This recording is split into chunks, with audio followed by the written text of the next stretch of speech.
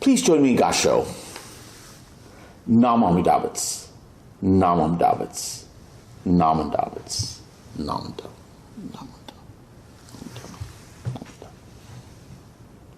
I was first introduced to the pre-Reverend Peter Hatta more than 40 years ago.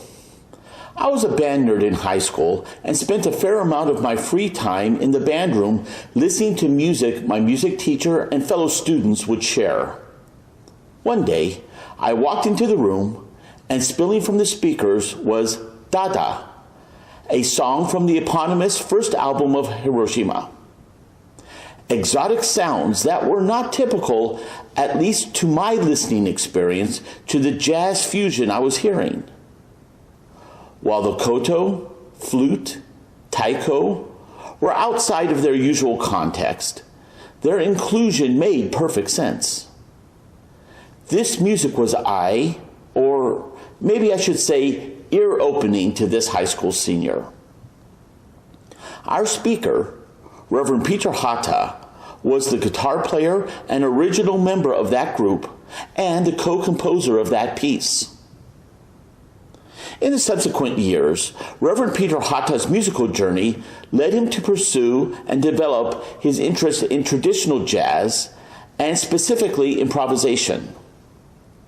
He authored a book, Speaking Jazz, The Natural Way to Jazz Improvisation, and received a Master's of Arts degree from Cal State Los Angeles in 2006.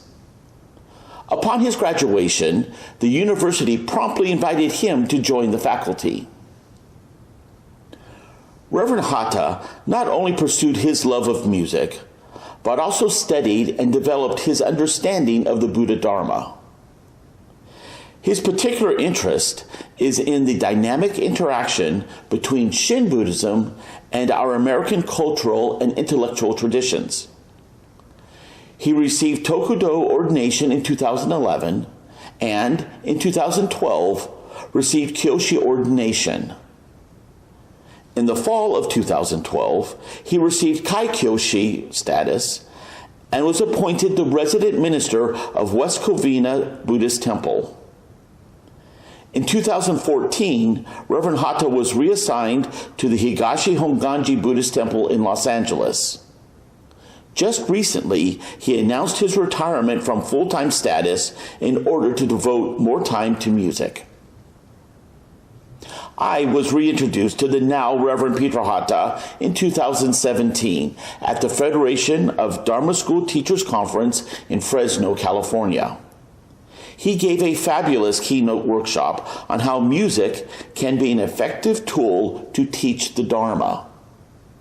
His thesis was that art, and in his case music, can uniquely access the part of a person's psyche particularly fertile for the message of the Dharma. In my encounters with Reverend Peter Hatta, in his role both as musician and as Dharma teacher, he has helped me to realize the transformative capacity of art and of the Dharma, and I greatly appreciate him for that. Without further ado, it is my great pleasure to present to you the keynote speaker for the 74th Annual Northwest District Buddhist Convention, Reverend Peter Hatta.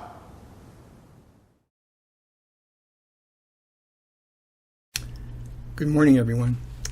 I'm Reverend Peter Hatta, and I'd like to first thank Reverend Sugihara very much for inviting me to speak today for your Art of Buddhist Living Convention.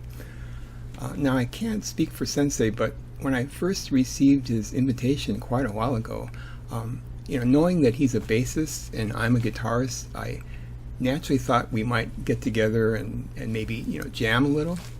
But then the pandemic happened, and here we are meeting virtually instead. But nonetheless, I think we can still have a very meaningful convention. But one thing I think I can say is that in my 10 years as a Shin Buddhist minister, the majority of times that I've spoken at other temples, the invitation probably came about at least partly because of my not only being a musician, but my having been in the particular Sansei group known as Hiroshima. I think this shows the special place that the band holds for many Sansei. And also the fact that I'm still associated with the group is all the more interesting, since although I did play with them recently during their performance at the Higashi Betsuin's 2019 Obon, I actually left the group back in the mid-1980s. But in any case, I think it's understandable that I'm more well known as a member of this group, even as a former member, than I am as a Shin Buddhist minister. However, what I'd like to share with you today is that the story of my professional music background has a kind of ironic twist to it. My early success in a nationally known recording and touring group actually had a negative effect on me as a musician. Now let me state up front, it was not the group's fault. But I think, as we've seen countless times in the media, success in the arts often brings with it lots of potential to fail. It's the pressure to keep being successful, and it has a negative effect on many artists. In my case, success paradoxically set me up for failure.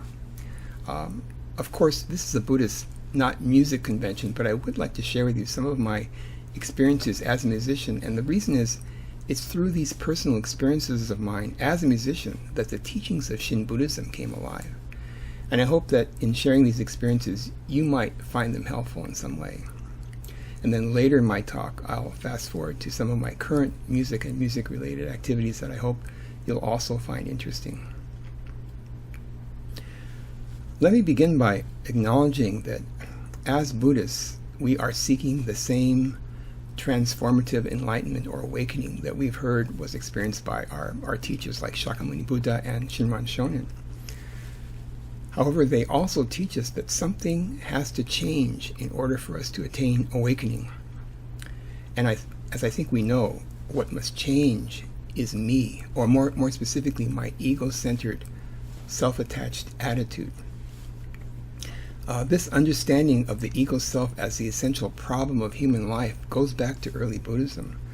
The second noble truth of Buddhism clarifies that although we think that the cause of our suffering is the reality of impermanence, in other words, our aging, illness, and ultimate death, and also things that don't go the way we want them to, the true cause of our suffering is not the reality of impermanence, but is actually our ego self, or self-attachment. Being unawake and attached to ourself, we try to resist or go against the powerful reality of impermanence.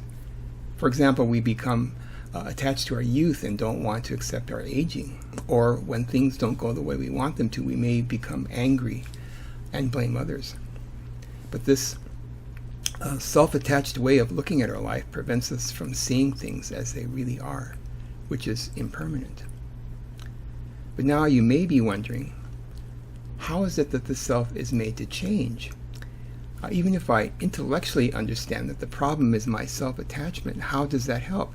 After all, if it's myself right now that's understanding itself as the problem, how can myself change itself? But this change can in fact take place, and this will be the focus of the story of my experiences as a musician.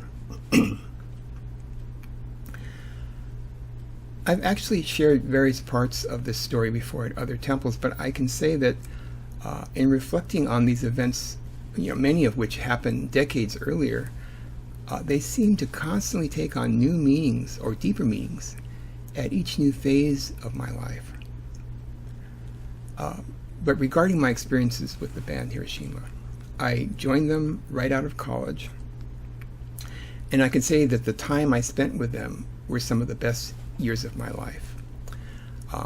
As time went on, however, I began to feel that as much as I enjoyed being a member of a successful group, after more than 10 years I began to feel an urge to leave. Now, it wasn't anything personal. It was that their music had started to drift away from its more aggressive, I guess we could say, jazz, rock, funk roots, and towards a more kind of smooth jazz orientation, and towards more reliance on keyboards. Of course, this turned out to be a very good decision for them artistically, but it was just that for me as a guitarist, I remember feeling like I needed to find my own direction. Moreover, even though at that time, I didn't know exactly what that direction was. I was confident that as a successful professional musician, I should be able to perform any kind of music. Of course, the band members were like a family to me, and so leaving them was very much like experiencing a death in the family. And for some time, there was a vacuum in my life. In addition, because the expected, post-Hiroshima success didn't materialize, I went through a period of soul searching, and my career took a downturn, and I wasn't doing much musically. And during those years, I, of course, blamed the music business, bad luck, and basically anything I could think of, except, of course, the real cause of my problems, which was me. Now, at this point in my life, I hadn't been exposed to the Buddhist teachings and didn't know exactly what it was about me that was the problem. Although, I didn't realize its significance at the time, several years after leaving Hiroshima, a key event occurred which was an opportunity to become a music teacher, which kind of just fell into my lap. One of the moms on my son's basketball team knew I was a guitarist and asked me to teach her son. At first, I declined, probably kind of arrogantly thinking it was below me, but she was very persistent, and I finally accepted. Well, actually, I needed the money. Though I initially started teaching, only beginning guitar students, eventually, my students advanced, and I became involved in teaching more advanced techniques and concepts. But then an important development was that a couple of my advanced students began to want to learn jazz. They had started learning, the basic stuff that everybody learns, but over time had begun to develop an interest in jazz. And compared to teaching, rock, blues, or funk tunes, jazz, mainstream bebop-based modern jazz, not smooth jazz, I think arguably has greater technical demands and greater harmonic sophistication, and this put more pressure on me as a teacher. I remember at first trying to formulate a curriculum for teaching jazz, but I soon came to the harsh realization that I honestly didn't know how to play jazz, and this was a shock to me. My sense of self-accomplishment was negated. Now, ironically, long before joining Hiroshima, I had always really loved jazz and had always wanted to play it. I think at various points in my career, I had, in fact, tried to learn how to play it, but never really seriously studied it, because up to this point, I didn't absolutely have to. But now, facing the requests of my students, I did have to learn to play jazz, and it was quite difficult. The difference was, though, that now I really wanted to get it. Actually, because of my students' requests, I was, in fact, desperate. Now, I remember a kind of breakthrough experience I had where, after practicing 8 hours a day for 2 months, learning to play a particularly difficult bebop guitar solo, I began to make significant progress. And then over the course of 2 years, I listened constantly to the jazz masters and practiced internalizing their music. In the jazz tradition, this is called woodshedding, and it essentially amounts to ear training. This is because it involves transcribing by ear the jazz greats' solos, note for note. Of course, this is then followed by many hours of technical practice required in order to actually play these solos. But the hearing comes first. You first have to really hear what you're trying to play. And by the way, I think this key role of listening parallels how our Jodo Shinshu teachers often emphasize that practice in Jodo Shinshu is ultimately a matter of deep hearing. The result of my woodshedding was that my playing began to change radically from the sort of jazz rock fusion style that I played in Hiroshima to the more traditional bebop or hard bop jazz guitar style that I play today. I'd like to play for you a sort of before and after comparison here.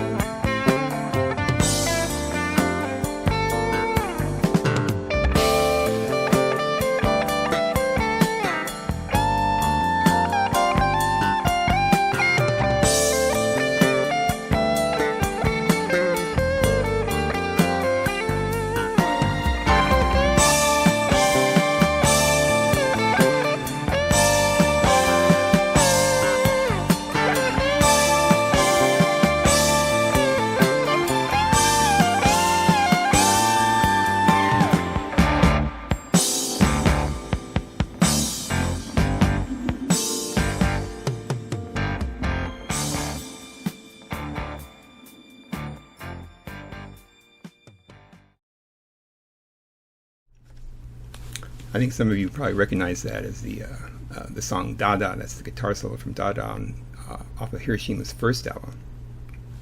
And now let me play some of my playing from what I would call my Cal State LA period, which I'll talk about a little bit later.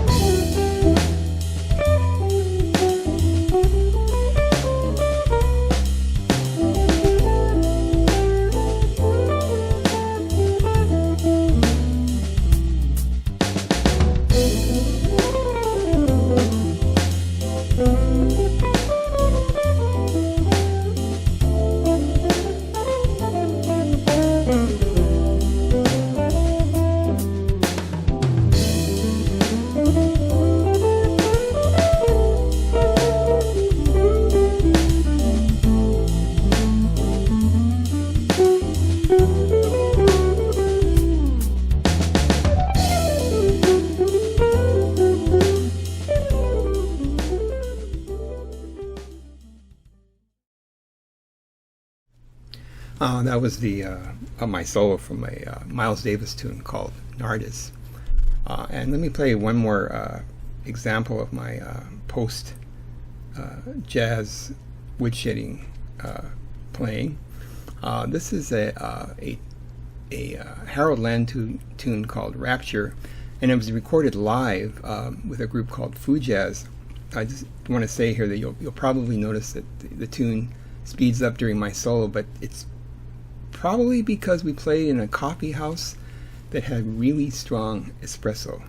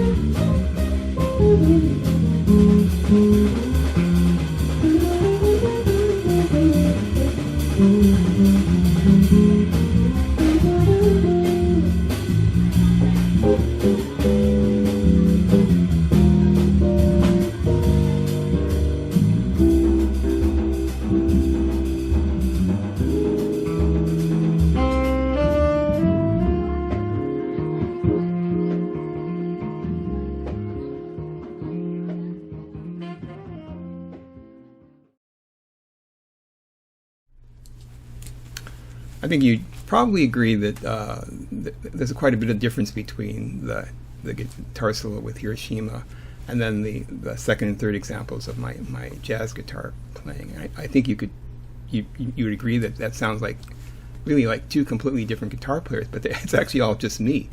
And so I think a kind of Buddhistic way of analyzing these examples is that there was no permanent, no fixed Peter Hatta style. Instead, I just became what I listened to. I was changed by the music that I listened to, and that music was the brilliant playing of the jazz masters that inspired me to seriously woodshed and work on my own playing. And so, not surprisingly, I think there's a strong parallel between both how music students and Buddhist students progress along their path. Both involve listening, or perhaps we should say both involve being made to listen by one's causes and conditions, by one's experience of impermanence. Of course, this critical importance of listening, I think, directly relates to the theme of the art of Buddhist living.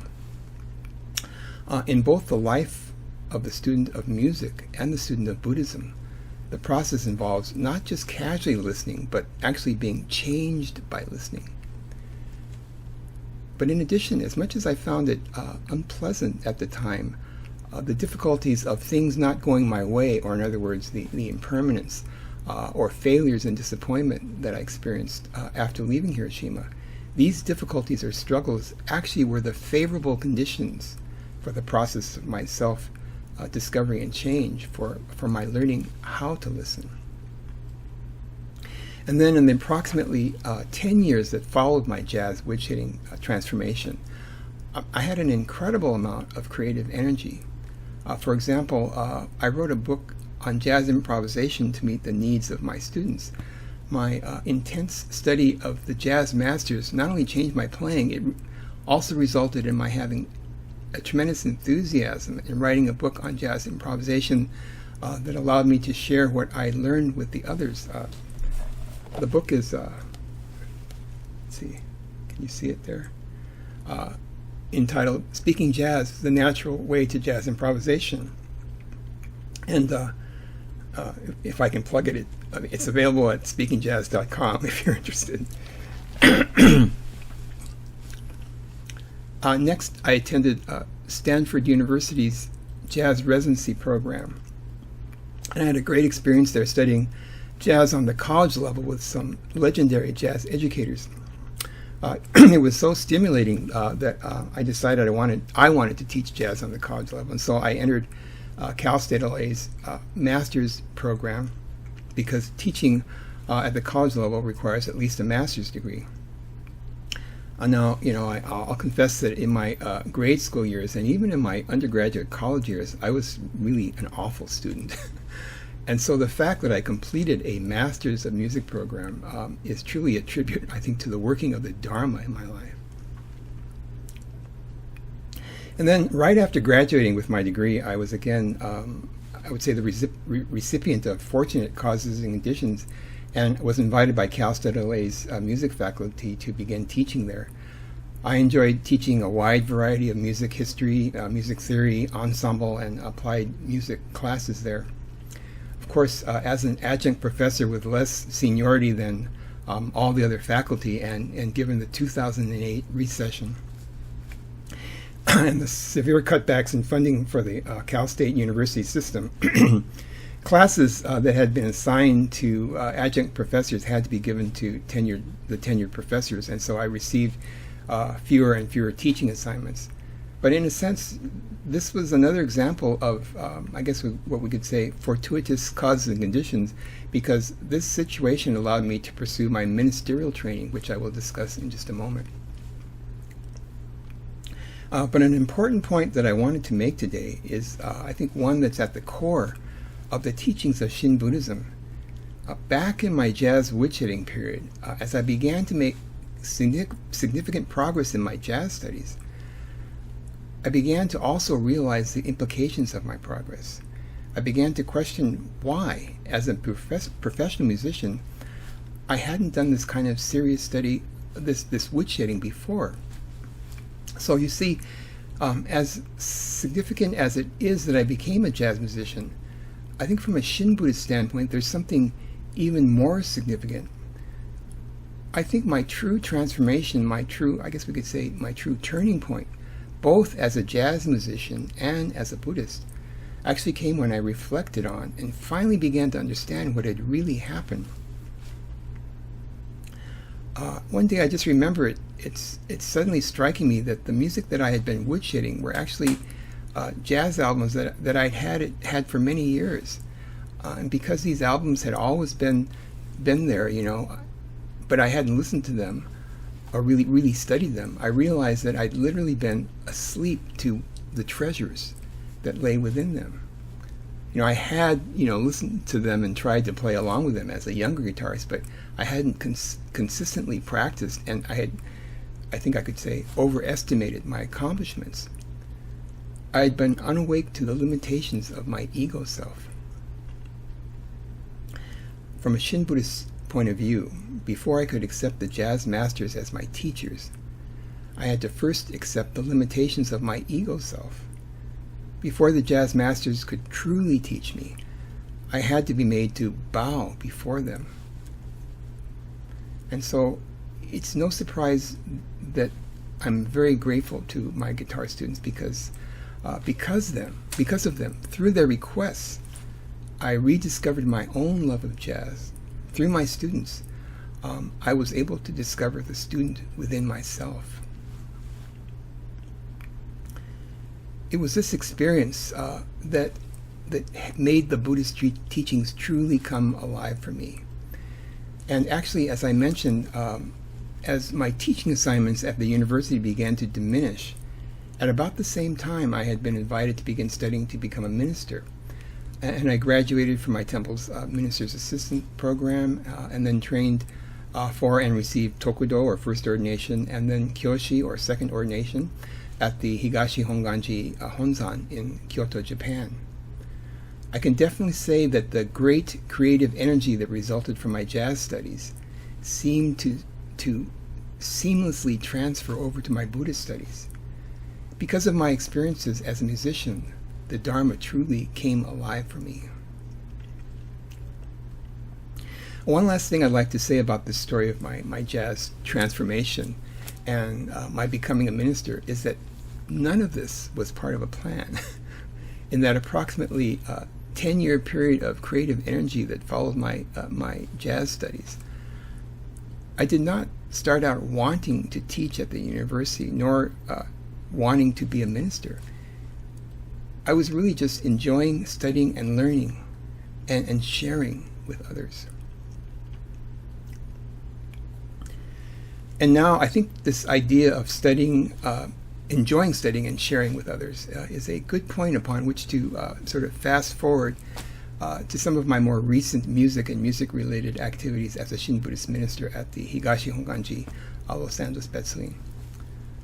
Of course, before I was assigned at the Betsuin, I had been very active at Higashi's West Covina Buddhist Temple, where I was very fortunate to be the musical director of two temple youth bands. Let me show you some pictures here.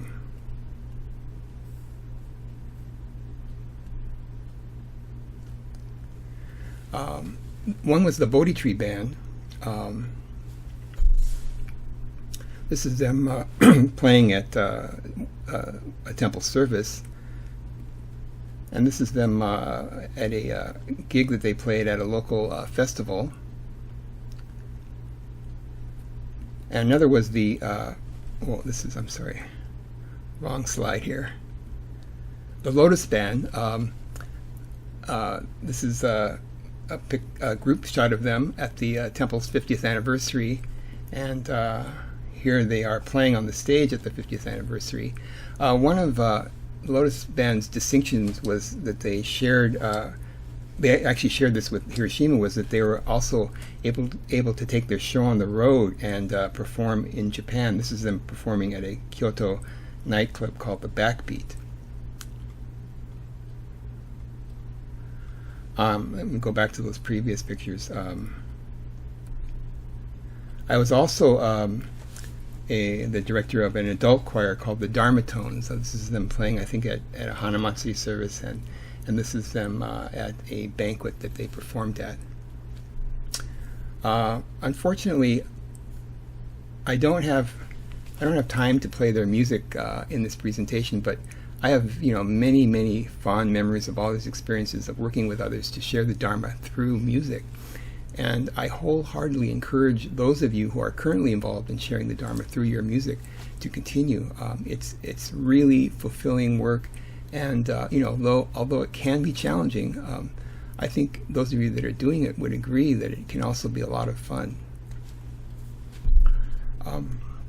And now, unfortunately, since being transferred to the Los Angeles Betsuin, to be honest, I just haven't had much time for music. I have played my guitar at the temple a few times, but I guess being a Betsuin, it tends to be a very busy place.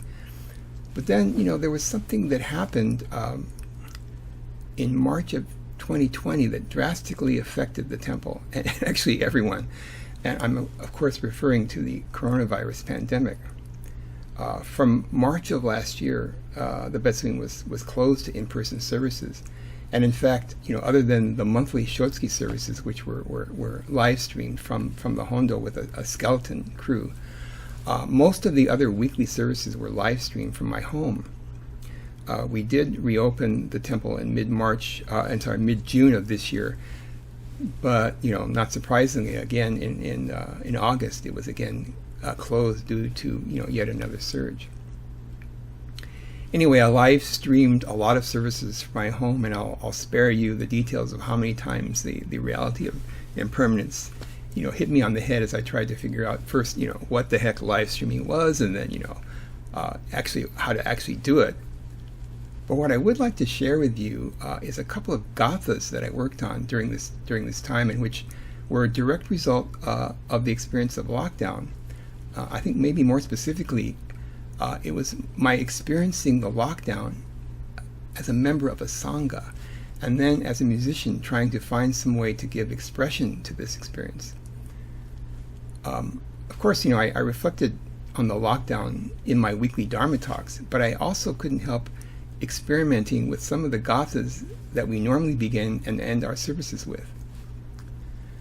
Okay, the first gatha I want to share with you is called When We See the Golden Sun. That's right, you heard that correctly. When We See the Golden Sun. Let me first say a few words about it. So this gatha was originally published in what's known as the Vade Mecum, which is Latin for Buddhist Handbook. It was published. This handbook was published in 1932 in the Hawaii district of Nishionganji. This gatha was written by A.R. Zorn, who was one of the first group of Americans to have become Shin Buddhists in the early 20th century, and who was moved to compose songs that gave expression to his enthusiasm for the Dharma. Let me give you a brief overview of what I think is the significance of this gatha. Let me read the lyrics to you, and then I'll show you the lead sheet a little bit later. When we see the golden sun shining from above, we are mindful of the Buddha's love. O'er us all a pure compassion sheds its steadfast glow. Through the Dharma, wisdom's way will show. The golden sun, that's mentioned in the first line is of course a metaphor for the Buddha's love or the Buddha's compassion. And the Buddha referred to here could, I think, either be Shakyamuni Buddha or Amida Buddha. But actually, I don't think it really matters which Buddha the composer A.R. Zorn was referring to, And this is because I think the song is ultimately referring to the working of the Dharma in our lives. This theme of the working of the Dharma in our lives not only relates to the previous discussion of my jazz transformation, of course, but also I think the year and a half of the lockdown that we've all experienced together due to the coronavirus. And so here, Dharma, the word Dharma not only refers to the teachings of Buddhism, but also to the everyday experiences of our lives that make these teachings come alive for us.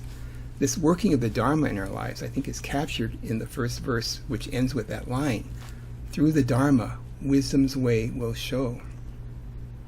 That line is particularly significant because it confirms that, yes, it's the working of the Dharma in our everyday lives that shows us the way to the wisdom of the Buddha's teachings.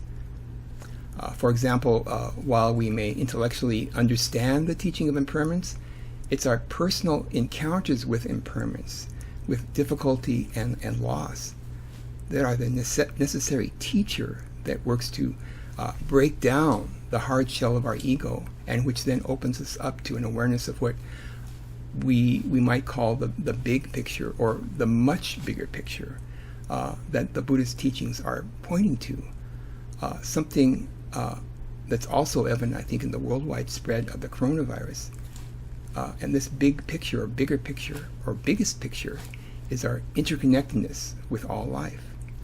And of course, the sooner all of us truly realize this interconnectedness, the sooner the virus can be brought under control. I also think, though, that A.R. Zorn's second verse is equally brilliant, but in a different but related way.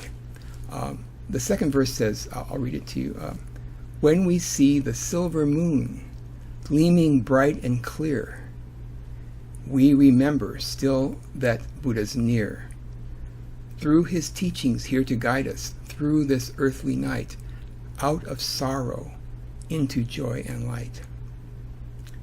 So here the silver moon gleaming bright and clear is, of course, another metaphor for the Buddha, but here the gleaming silver moon is reassuring us that even in the darkness of night, the light of the Buddha's wisdom is always near. I think this image of the moon gleaming in the night sky is particularly timely. The darkness of the night is itself a metaphor for the dark times of all sorts of suffering and difficulty, including the past year and a half of lockdown. But even in this darkness, the moon is the light that reminds us the Buddha, Dharma, is near. And yes, the Buddha's teachings, the teachings of impermanence and interconnectedness, if we truly hear them, can indeed guide us through this earthly night, through the lockdown, through great sorrow, great sacrifice, and great loss, into joy and light. But what exactly is this joy and light? Well, it certainly does not mean that everything is going to go our way from now on. That would be, not only an unrealistic but dualistic understanding. In Buddhism, I think joy and light means seeing all the difficulties we always see and will continue to see, but seeing them informed with the Buddha's wisdom. Or to put it another way, it's the radical insight that our happiness, our true happiness, isn't dependent on everything always going our way. I think this goes beyond mere acceptance of reality to a deeper appreciation of our lives and the lives of others that our own life is interconnected with. One more thing before I play this gatha for you. Unless you're an older, long-time Shin Buddhist, you probably don't know this gatha. And as a matter of fact, this gatha is so old it was eliminated from Higashi's 2018 service book. Ouch. Well, so you may be wondering, Reverend Peter, you want us to listen to a gatha that was eliminated from the latest service book? Well, yes, and hopefully you'll relate to what I think is its upbeat message of seeing the proverbial light at the end of the tunnel. But this light is not the end of all suffering. Actually, this light is the Buddha's wisdom itself. And actually, isn't it true that our experiencing, when we experience the most difficult times, that it's in those times that there's also an arising of genuine appreciation for life? I think this is the essence of the Buddha's teaching, and I think that's something to sing about, don't you? And now let me play for you the Gatha, When We See the Golden Sun, and please sing along with it if like me, you're one of those really old timers who remember this song. Since we're all muted on whatever platform we're on here, no one will know.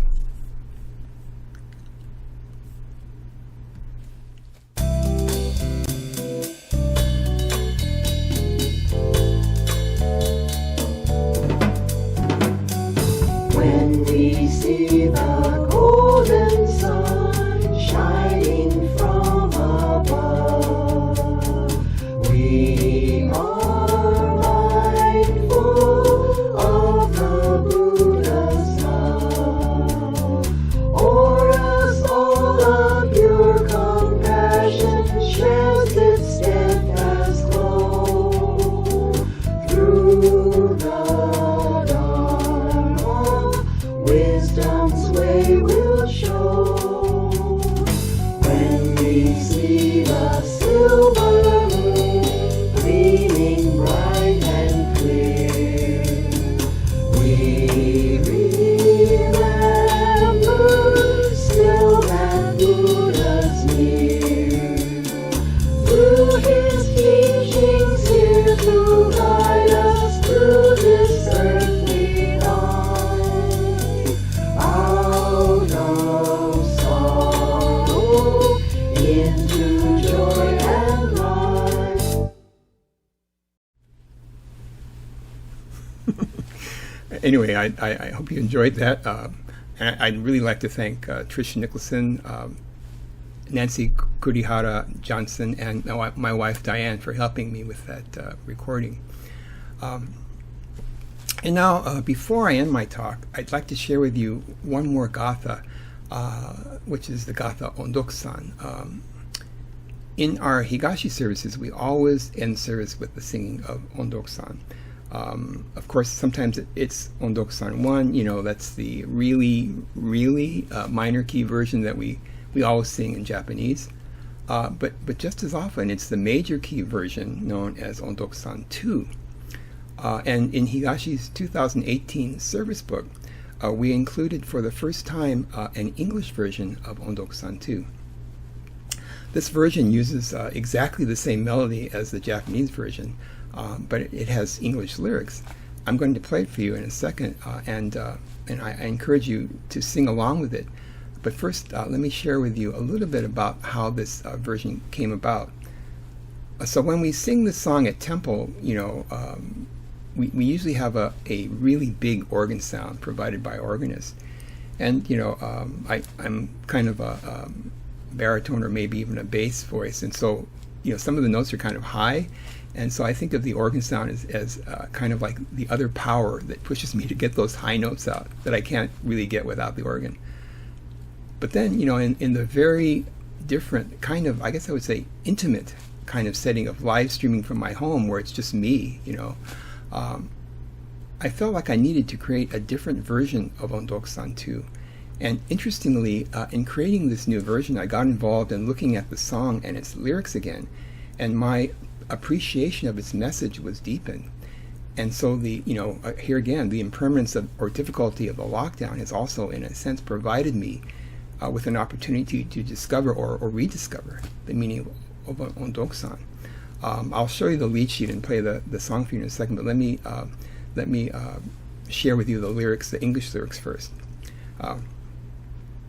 Embraced by Amida's great compassion, I respond with gratitude, dedicating my life. Embraced by my dear teachers and dear Dharma friends, I must answer gratefully throughout my life. As we know, Amida is the Buddha that stands in the center of Shin Buddhist temple altars. The story of Amida is told in the largest sutra, which some of you may know Shinran Shonin calls the true teaching. And in this story, Dharmakara is inspired by his teachers, changes the course of his life 180 degrees, initiates a bowing listening practice, and seeks to study from all Buddhas everywhere. And then when he perfects his bowing listening practice, he fulfills his vow to benefit all beings, and he becomes Amida Buddha. The larger sutra, of course, is telling a mythic and eternal story. And yet, I think there's also a universal and really very human significance here. Personally, I relate to the story of Dharmakara because in my own experience, my encounters with impermanence changed the course of my life 180 degrees. And then it was my listening to the jazz masters that not only led to my transformation into a jazz musician, it was also this experience that truly made the Buddha Dharma come alive for me, and which, naturally led me to pursue becoming a minister. All of this was the gift of the working of the Dharma in my life. Not only my encounters with impermanence, but also my being fortunate to have been guided by my Dharma teachers. And so I think when Ondoka-san's lyrics mention being embraced by Amida's great compassion and embraced by my dear teachers and dear Dharma friends, these words clarify that the energy and inspiration we receive arises naturally through our encounters with the reality of impermanence and interconnectedness, and through all our teachers and Dharma friends. So if you would, please join me in singing Ondoka-san 2.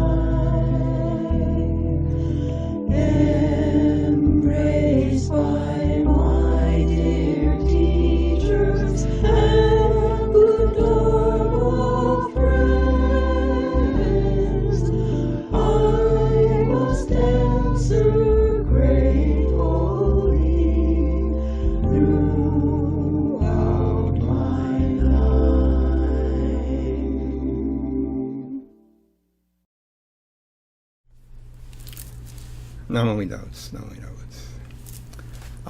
I'd once again like to thank Trish Nicholson, Nancy Kurihara Johnson, and my wife Diane for helping me on that recording also. Well, I hope you can appreciate a little more why Ondoka-san holds such a central place in Jodo Shinshu. It's not simply something that we're required to sing in our tradition, or something that we sing to honor Shinran Shonin. As important as those things are, it's actually, I think, describing the art of Buddhist living. In conclusion, I believe that the dear teachers and good Dharma friends mentioned in Ondoka-san ultimately refers to everyone, past, present, and future, that we can appreciate and learn from. And certainly these teachers and friends are not restricted to jazz, not restricted to music, to any of the arts, or to Buddhism. I think they're in every field of human endeavor. And so naturally we'll never exhaust the sources of inspiration that are out there waiting for us to discover, because they are, after all, infinite. But that's okay.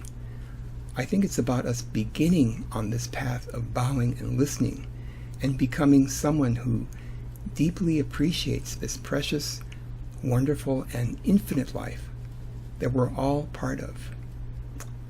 Thank you very much for listening.